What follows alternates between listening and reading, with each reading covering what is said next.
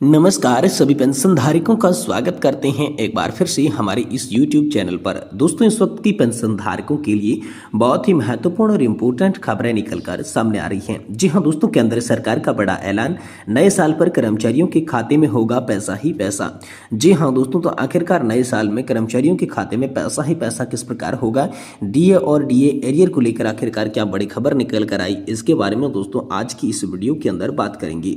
साथ ही साथ दोस्तों 7वें पे कमीशन को लेकर हम सभी के लिए बड़ी खुशखबरी आई है। कर्मचारियों और पेंशनर्स पर बरसेगा पैसा, डीए में हुई 12% की बढ़ोतरी। तो आखिरकार दोस्तों कर्मचारी और पेंशनर्स के लिए क्या ताज़ा खबर डीए में 12% की बढ़ोतरी को लेकर निकल कर आ रही है, इसके बारे में भी आज की इस वीडियो के अंदर बात करेंगे।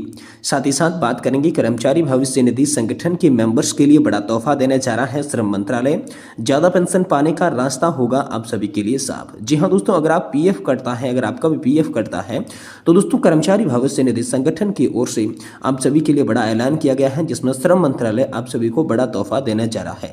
तो लेबर मिनिस्ट्री की ओर से आखिरकार आप सभी के लिए क्या बड़ा तोहफा मिलने वाला है, इसके बारे में आज के इस वीडियो के अंदर बात करेंगे। साथ ही बात करेंगे केंद्र सरकार ने पेंशन भोगियों के लिए जारी किया शानदार तोहफा, सभी पेंशन भोगियों को मिलेगा इसका फायदा। तो आखिरकार देश के 1 करोड़ से ज्यादा कर्मचारी और 65 लाख से भी ज्यादा पेंशन धारकों के लिए क्या बड़ा तोहफा सरकार देने वाली है। और वहीं अंत में बात करेंगे कर्मचारी भविष्य निधि संगठन पेंशन फंड भ्रष्टाचार के ये हैं दावे।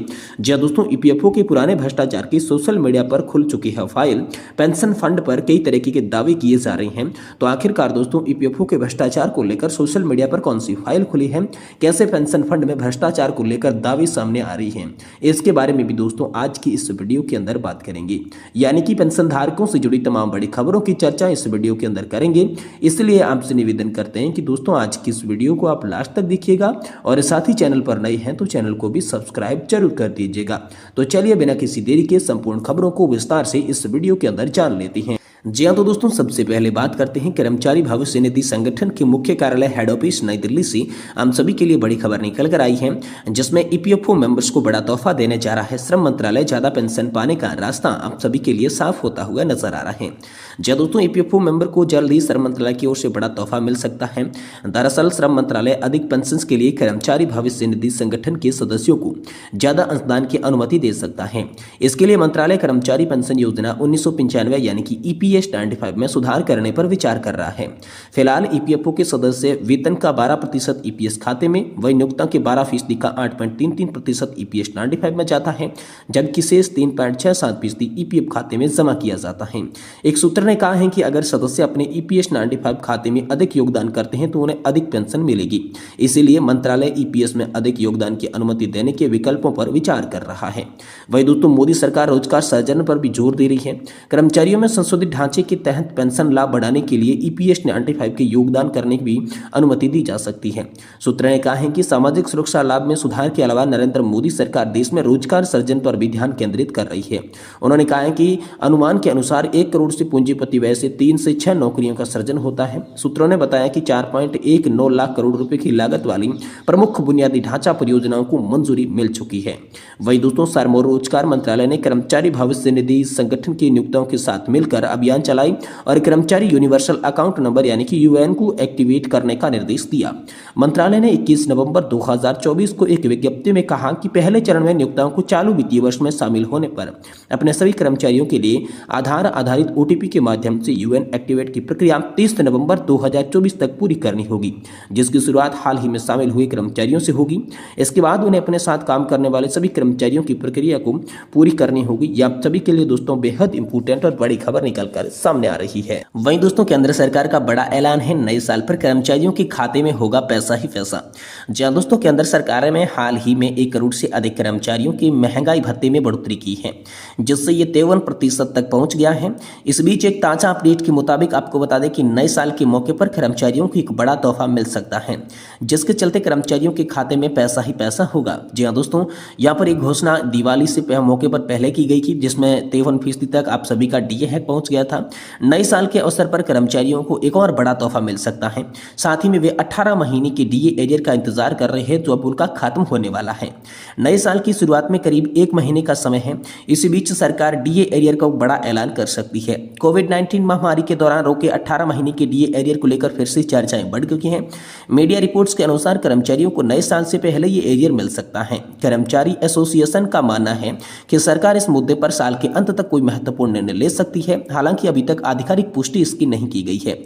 इस साल दिवाली पर केंद्र सरकार ने सरकारी कर्मचारियों के महंगाई भत्ते में 3% की बढ़ोतरी की। इस निर्णय का लाभ 50 लाख से अधिक कर्मचारियों और 68 लाख पेंशन भोगियों को मिलेगा। अब महंगाई भत्ता आप सभी को 53% दर तक पहुंच गया है, जो कि कर्मचारियों के लिए एक महत्वपूर्ण आर्थिक सहायता के रूप में सामने आ रहा है।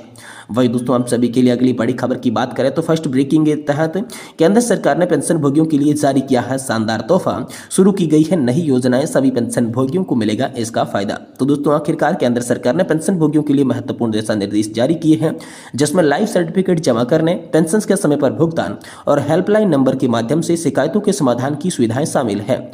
ये कदम पेंशन धारकों के लिए बड़ी राहत साबित हो सकती हैं। जी हां दोस्तों, पेंशन भोगियों के लिए कुछ अहम दिशा निर्देश जो कि न केवल पेंशन प्रक्रिया को सरल बनाएंगे, बल्कि पेंशन भोगियों के लिए कई तरह की नई सुविधाएं भी प्रदान करेंगे। इन नए दिशा निर्देशों के माध्यम से सरकार ने पेंशन भोगियों के अधिकारों को सुनिश्चित करने की दिशा में महत्वपूर्ण कदम उठाए हैं। यदि आप भी पेंशन भोगी हैं तो इन नई जानकारी को जानना आप सभी के लिए बेहद और अत्यंत आवश्यक होने वाला है। जी दोस्तों, केंद्र सरकार बैंकों के लिए निर्देश जारी कर चुकी है। केंद्र सरकार ने सभी बैंकों को स्पष्ट निर्देश दिए हैं कि पेंशन धारक अपने लाइफ सर्टिफिकेट को किसी भी बैंक शाखा में जमा कर सकते हैं। इसका मतलब यह है कि अगर आपका पेंशन खाता किसी अन्य शाखा में है और आप कहीं और निवास कर रहे हैं तो आपका लाइफ सर्टिफिकेट जमा करने के लिए उस शाखा तक जाने की आवश्यकता नहीं होगी। आप अपने नजदीकी बैंक शाखा में जाकर लाइफ सर्टिफिकेट जमा कर सकते हैं। यह कदम पेंशन भोगियों के लिए यात्रा के झंझट को कम करेगा और उनकी सुविधा को बढ़ाएगा। वहीं सीजीएचएस लाभार्थियों के लिए नए निर्देश भी जारी कर दिए जा चुके हैं। केंद्रीय स्वास्थ्य सेवा योजना यानी कि सीजीएचएस के अंतर्गत लाभ प्राप्त करने वाले पेंशन भोगियों के लिए भी महत्वपूर्ण निर्णय लिया गया है। अगर कोई पेंशन भोगी सीजीएचएस वेलनेस सेंटर पर इलाज के लिए जाता है तो डॉक्टर के साथ असमर्थ व्यवहार का सामना करना पड़ता है, तो केंद्र सरकार ने इसे गंभीरता से लिया।